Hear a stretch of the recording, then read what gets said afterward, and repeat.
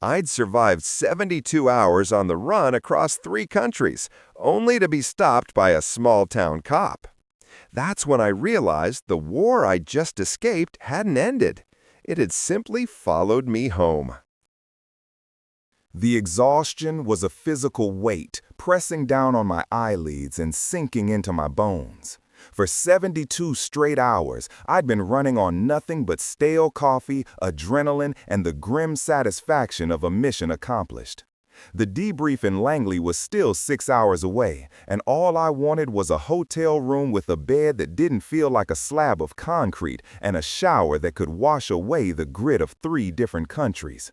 My rental, a beige Toyota Camry that screamed "Suburban Mom," hummed along the quiet, tree-lined street. It was the perfect cover, boring, forgettable, invisible. Or so I thought. The sudden flash of red and blue in my rearview mirror felt like a personal insult, a violation. I glanced at the speedometer. I was going 2 miles over the limit. Seriously? My knuckles whitened on the steering wheel as I fought back a surge of pure, undiluted annoyance. I didn't have time for this. I just wanted to be done. Pulling over to the curb, I killed the engine and watched the officer's silhouette approach in my side mirror. He was young, with the kind of rigid posture that suggested he was either fresh out of the academy or had something to prove. Maybe both. I rolled down the window, the cool night air doing little to soothe my frayed nerves. His flashlight beam cut a sharp, blinding circle across my face before dipping down to inspect the car's interior. "License and registration, ma'am." His voice was flat, devoid of any courtesy. "Of course, officer." My own voice was steady. It's a mask I've perfected over a decade of operating in places where a calm demeanor is the only thing between you and a shallow grave. I reached for the glove compartment, moving with deliberate slowness. You learn that early. No sudden movements. He watched my hand like a hawk. "Been drinking tonight, ma'am?" "No, officer. I'm just tired. It's been a long day." I handed him the rental agreement and my driver's license. My real one, of course. My operational identity was tucked away securely. He took them, his eyes lingering on my face for a moment too long. It was a look I knew well. The look that calculates, that categorizes. A black woman, alone, late at night, in a neighborhood that was probably a little too manicured for his comfort. He took his time, walking back to his cruiser. I could see him in my mirror, speaking into his radio. The seconds stretched into minutes. My training screamed at me that something was off. This wasn't a routine traffic stop. This was a pretext. For what, I didn't know yet. But the fine hairs on my arms were standing up. On the passenger seat next to me sat my go bag. It wasn't a purse. It was a hardened, black Pelican case. It contained nothing illegal, but its contents could topple a small government, and it was absolutely not something I could allow a local cop to get his hands on. He returned to my window, handing my documents back.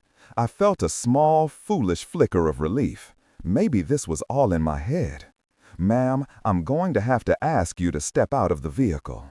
The relief vanished, replaced by a cold, familiar calm. "Is there a problem, officer?" "Just step out of the car, keep your hands where I can see them." This was an escalation, a significant one. I complied, opening the door and stepping onto the asphalt. I was taller than him by a couple of inches, and I could see his jaw tighten. He gestured for me to move to the rear of the car. As I did, his flashlight beam fell on the Pelican case I'd left on the passenger seat. His eyes narrowed. "What's in the case?" "It's my work equipment," I said, keeping my tone even. "What kind of work?" "I'm not at liberty to discuss that." The phrase, so standard in my world, sounded suspicious and hostile here, under the pulsing red and blue lights. I could see the shift in his eyes. The suspicion curdled into aggression. "You're not at liberty, ma'am. I have probable cause to believe you may be transporting illegal materials. I'm going to need to search that case." "With all due respect, officer, you don't have probable cause, and you do not have my consent to search my property." That was it. That was the line. His face hardened into a mask of authority. I'm not asking for your consent. He took a step toward my open car door, and my body tensed. Instinct took over. I took a half step to put myself between him and the car door. It wasn't aggressive, just a shift in position. But to him, it was a challenge. Everything happened in a split second. The scrape of leather, the click-snick of a retaining strap, the glint of dark metal under the streetlight. Suddenly, there was a Glock in his hand, level with my chest. "Don't you move," he shouted, his voice cracking with adrenaline. "Get on the ground, now." My heart didn't even speed up. Instead, a profound, icy clarity washed over me. I'd had guns pointed at me by warlords, by cartel enforcers, by double agents. The irony of facing one now, from a jumpy cop on a quiet suburban street in Virginia, was almost laughable. Almost. But his hand was shaking, and that made him more dangerous than any trained killer I'd ever faced. "Officer," I said, my voice dropping to a low, commanding tone I reserved for de-escalating very bad situations. "You need to put the weapon down. You are making a catastrophic mistake." "On the ground," he screamed, spittle flying from his lips. He was losing control. I raised my hands slowly, palms open. I couldn't let him search that case. The fallout would be incalculable. There was only one card left to play. It was a card I never, ever played unless my life was on the line. "Okay," I said, my voice dangerously calm. "Okay, you want to know who I am? You want to know what's in that case?" I held his terrified, furious gaze. "I'm going to reach into the inside pocket of my jacket. Very, very slowly. I'm going to show you my identification." "Don't you move!" he shrieked, taking a step back and bracing the gun with both hands. The barrel wavered, pointed directly at my heart. "Hands where I can see them!" My hand was frozen, halfway to my jacket, the fate of my mission and my life hanging on the twitch of his trembling finger. My movement stopped, my hand hovering in the air. Time seemed to warp, slowing down to a thick, syrupy crawl. I could see the individual beads of sweat on his upper lip, the slight tick in his eyelid. His knuckles were bone white. He was a hair's breadth from pulling that trigger, not out of malice, but out of pure, unadulterated fear. And fear is unpredictable. "Officer," I said again, my voice a low, steady hum, deliberately pitching it to cut through his panic. "Listen to my voice. Do not look at my hands. Look at my eyes." He hesitated, his gaze flickering from my hand to my face. I held it, refusing to show a single trace of fear myself. Fear would feed his. "My name is Dr. Alani Barrow. I am a federal employee. You are currently interfering with a matter of national security. I am giving you a direct, lawful order to lower your weapon." The words, spoken with the weight of absolute authority, seemed to pierce his adrenaline-fueled haze. It wasn't what I said, but how I said it. It was the tone of a person who gives orders and expects them to be obeyed without question. His eyes widened slightly. The barrel of the Glock dipped by a single, crucial inch. It was the opening I needed. I am now, very slowly, going to bring my left hand to the inside of my jacket. I will retrieve my credentials. Do you understand me, officer? He gave a jerky, almost imperceptible nod. The gun was still pointed at me, but the immediate threat of an accidental discharge had lessened. My hand moved with a fluid, practiced slowness that felt agonizing. I unbuttoned my blazer, reached inside, and my fingers closed around the cool, smooth leather of the credential wallet. I pulled it out, holding it between my thumb and forefinger, showing him it was nothing more than a simple black billfold. "I am going to open it and show you my identification." I flipped it open. There, against the dark leather, sat two things. On one side was a photo ID, my face unsmiling, professional. On the other was a heavy, metallic gold badge, intricately carved with an eagle at its center, wings spread wide over a compass rose. The words were stark and unmistakable. Central Intelligence Agency, Directorate of Operations. Below my name was a string of numbers and a clearance level that, to anyone in the know, was stratospheric. But it was the small, red-bordered text at the very bottom that was the real killer. It was a simple, declarative sentence. A sentence that had stopped firefights, opened borders, and made generals tremble. I took one step forward, extending the wallet towards him so the flashlight beam illuminated it perfectly. "Read it, officer." His eyes scanned the ID, then darted to the badge, then back to my face. For a moment, there was just confusion. He probably thought it was a fake, a high-quality prop from a movie. But then his eyes fell on that final sentence at the bottom. His flashlight began to tremble violently. The color drained from his face, leaving a pasty, grayish pallor under his tan. It was as if someone had pulled a plug and all the blood in his body was emptying onto the asphalt. "No," he whispered. The word was a puff of air, devoid of sound. "No, it can't be." His gaze lifted from the ID to my face, and for the first time, he wasn't seeing a suspect. He wasn't seeing a black woman in a nice car. He was seeing the full, terrifying weight of the institution I represented. He was seeing the ghost of his career, the years of lawsuits, the federal investigation, the end of everything he knew. The gun in his hands suddenly seemed to weigh 1,000 pounds. "Oh, God," he stammered, his free hand coming up to clutch his chest.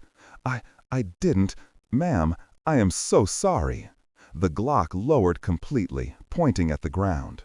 He took a staggering step back, his legs looking like they were made of jelly.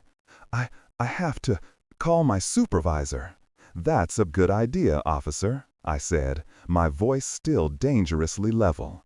I snapped the wallet shut, the sound echoing in the sudden silence. He fumbled for the radio on his shoulder, but his fingers were clumsy, useless. He couldn't seem to make them work. His breathing became ragged, coming in short, sharp gasps. His eyes, wide with a terror I had only ever seen in men about to die, rolled back in his head. His knees buckled, and he collapsed, folding onto the pavement like a cheap suit. He hit the ground with a sickening thud, his head narrowly missing the curb. The Glock clattered onto the asphalt beside him. For a moment, I just stood there. The red and blue lights continued their silent, frantic dance across the quiet houses. The only sounds were the hum of my car's engine and the unconscious officer's ragged breathing. This was a complication I absolutely did not need. I knelt, my training kicking in, checking his pulse. It was thready, but there. Just as my fingers touched his neck, I heard it. A sound that made the blood in my veins run cold. The distinct, sharp click of the other cruiser door opening. I looked up, my heart seizing in my chest. In the flashing lights, I saw the officer's partner stepping out of the passenger side. He saw me, a black woman, crouched over the unmoving body of his partner, a handgun lying on the ground between us. And his hand was already on his sidearm. The second officer was older, with a thick mustache and the weary eyes of a man who'd seen too much. But right now, all he was seeing was the worst possible tableau imaginable. His partner was down, and I was right there, the gun glinting innocently on the pavement. His expression wasn't one of panic like the first officer. It was a cold, hard mask of fury. "Get away from him!" he yelled, his voice a low growl that carried more menace than 100 screams. He drew his weapon in a smooth, practiced motion, the barrel rock steady as he aimed it at my center mass. "Hands in the air! Get on your knees! Do it now!" This was infinitely more dangerous. The first officer was scared. This one was angry. An angry man with a gun is a calculating risk. A scared man is just a liability. I did exactly as he said, raising my hand slowly and sinking to my knees on the cool, rough asphalt. My mind was racing, running 1,000 different scenarios, calculating probabilities, assessing threats. The Pelican case was still in the car, my primary objective. The unconscious officer on the ground was a new, unpredictable variable, and the angry cop with the gun was the immediate, lethal problem. "Don't shoot," I said, my voice calm but firm. "Your partner had a medical emergency. I was checking his vitals." "Shut your mouth," he barked, advancing cautiously, his weapon still trained on me. "Keep your hands up where I can see 'em." He circled around, keeping a safe distance, his eyes flicking from me to his partner on the ground, then to the Glock lying nearby. He kicked the fallen officer's gun away with his foot, sending it skittering under my rental car. A smart move. "What did you do to him?" he demanded, his voice tight with controlled rage.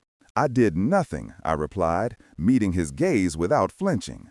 "I showed him my identification and he fainted. That's all that happened." A bitter, skeptical laugh escaped his lips. "He fainted? You expect me to believe that? Mike's been on the force for 10 years. He's never fainted a day in his life." So the first officer's name was Mike, and he wasn't a rookie after all, just a man who had made a colossal error in judgment.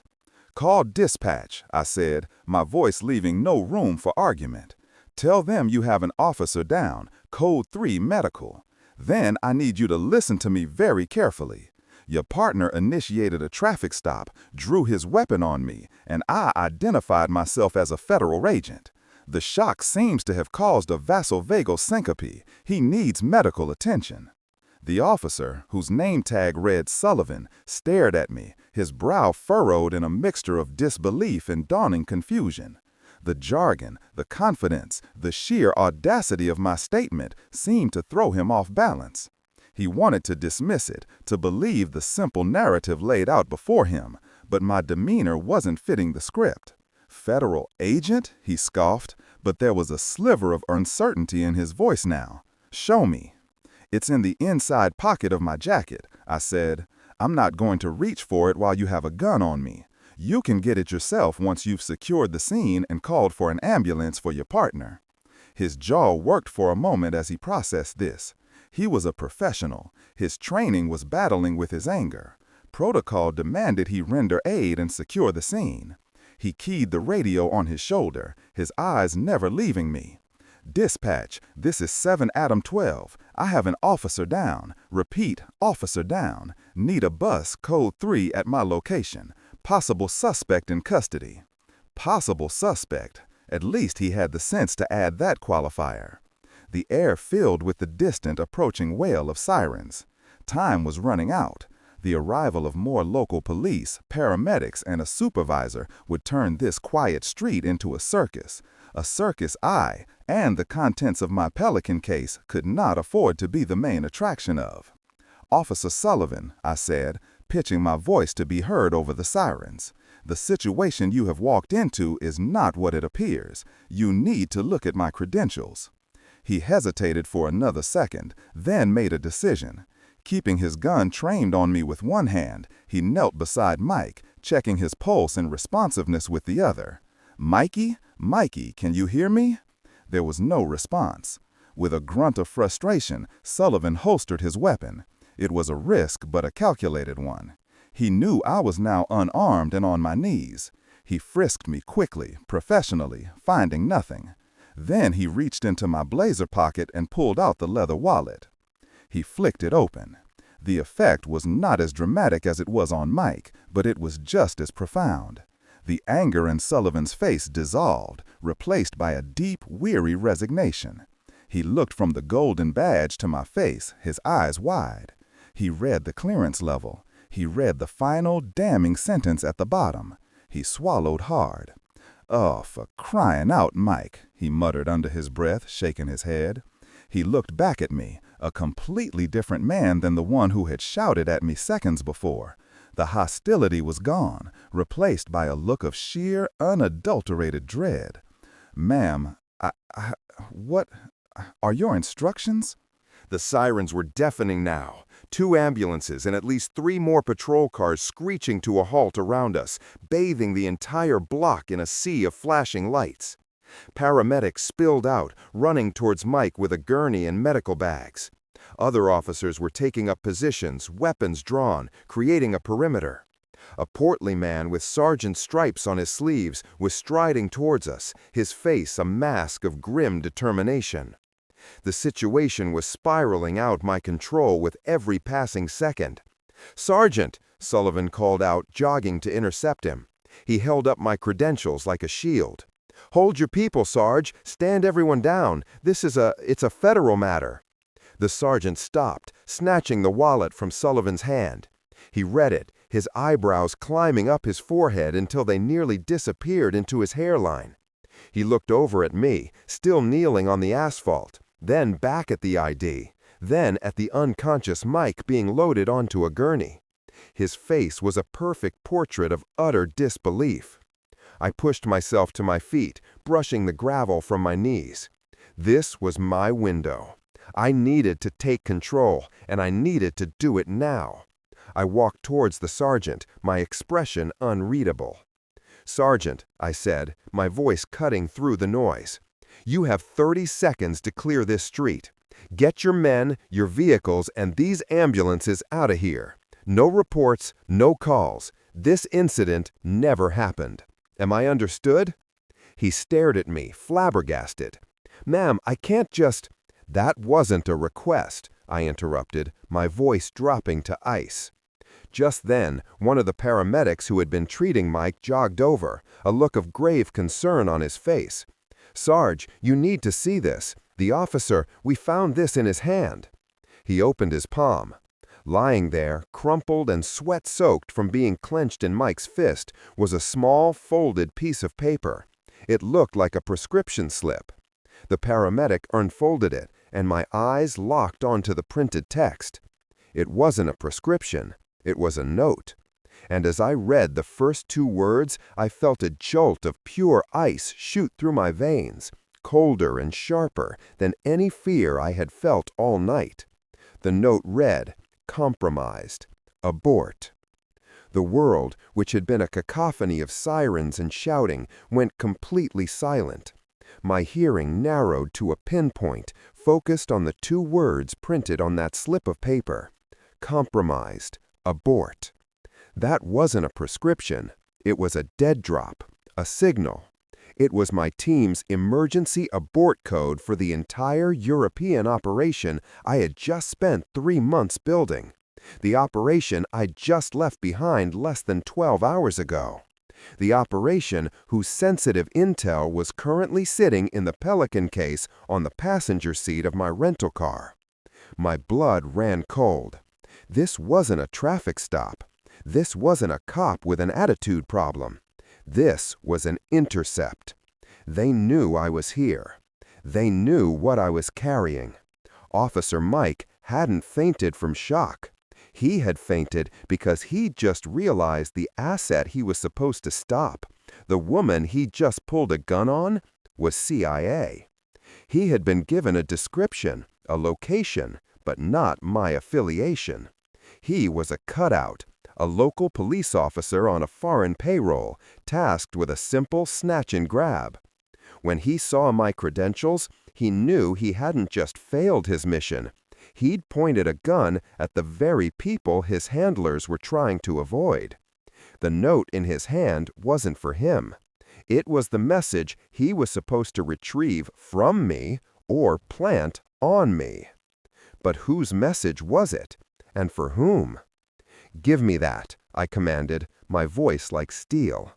The paramedic, startled by my tone, handed over the note without a second thought. The sergeant and Sullivan watched, their faces a mixture of confusion and dawning horror, as they began to grasp that this was spiraling far beyond a simple traffic stop gone wrong. I looked at the note again. Standard thermal paper, the kind used in receipt printers. But underneath the printed words, held at an angle to the flashing lights, I saw a faint watermark. A small, stylized griffin. It was the calling card of a freelance wet work team out of Minsk known only as the Vespers. Ruthless, efficient, and notoriously hard to track. We had crossed paths once before, in Istanbul. I still have the scar on my ribs to prove it. This changed everything. This wasn't just about protecting the intel anymore. This was about survival. Mike wasn't the threat. He was just the pawn. The real threat, the Vespers, were still out there. They were watching. Right now.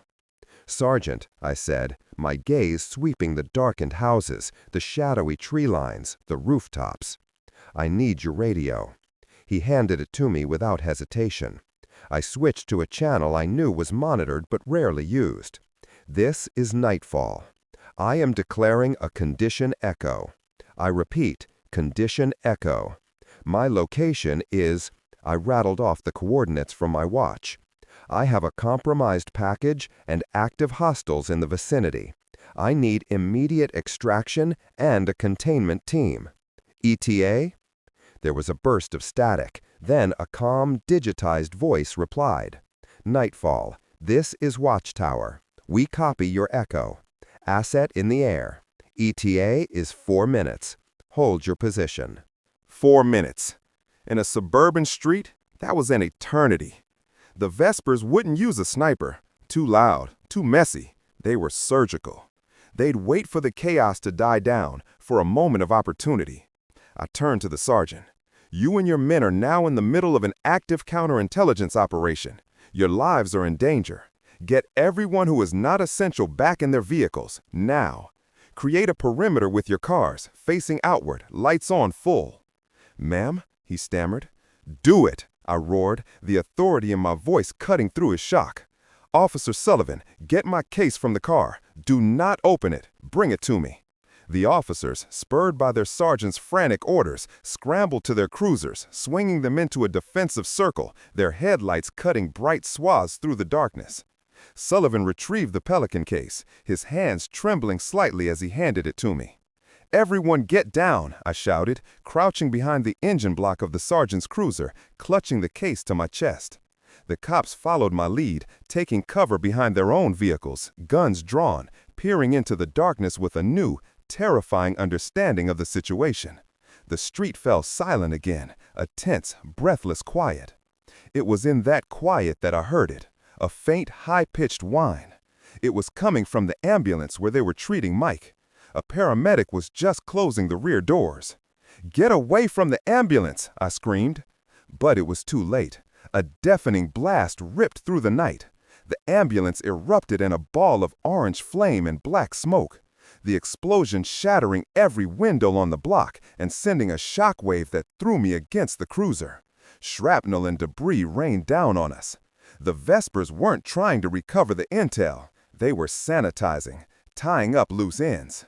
Mike, the pawn, had been removed from the board. Through the ringing in my ears, I heard a new sound, the deep, rhythmic whump, whump, whump of rotor blades. A sleek, black MH-6 Little Bird helicopter, devoid of any markings, descended from the sky like an avenging angel. It hovered 20 feet above the street, its downdraft whipping the fire and smoke into a swirling vortex. A rope ladder snaked down. "That's my ride," I told the wide-eyed sergeant, who was staring at the chopper as if it were a UFO. I gave him a hard, final look. "You saw a gas main explode, a tragic accident, that's all. Your reports will reflect that. A man from the State Department will be here in the morning to help you with the details." Without waiting for a reply, I ran, the Pelican case clutched in my hand, and grabbed the ladder. The helicopter surged upwards, lifting me from the chaos. Below me, the quiet suburban street looked like a war zone. The burning ambulance was a funeral pyre for a corrupt cop who had gotten way over his head. The other officers were just beginning to pick themselves up, their faces pale with shock. As we banked hard and accelerated into the night sky, my comms crackled. "Nightfall, this is Watchtower. Are you secure?" I looked down at the Pelican case in my lap. The intel was safe. I was alive. "Watchtower, Nightfall is secure," I said, my voice steady, betraying none of the exhaustion or the lingering adrenaline. Package is intact, but the mission is not over. The Vespers are in country. Let's go hunting. The lights of the city spread out beneath me, a vast, complex grid. The game had changed, the board was reset, and it was my move.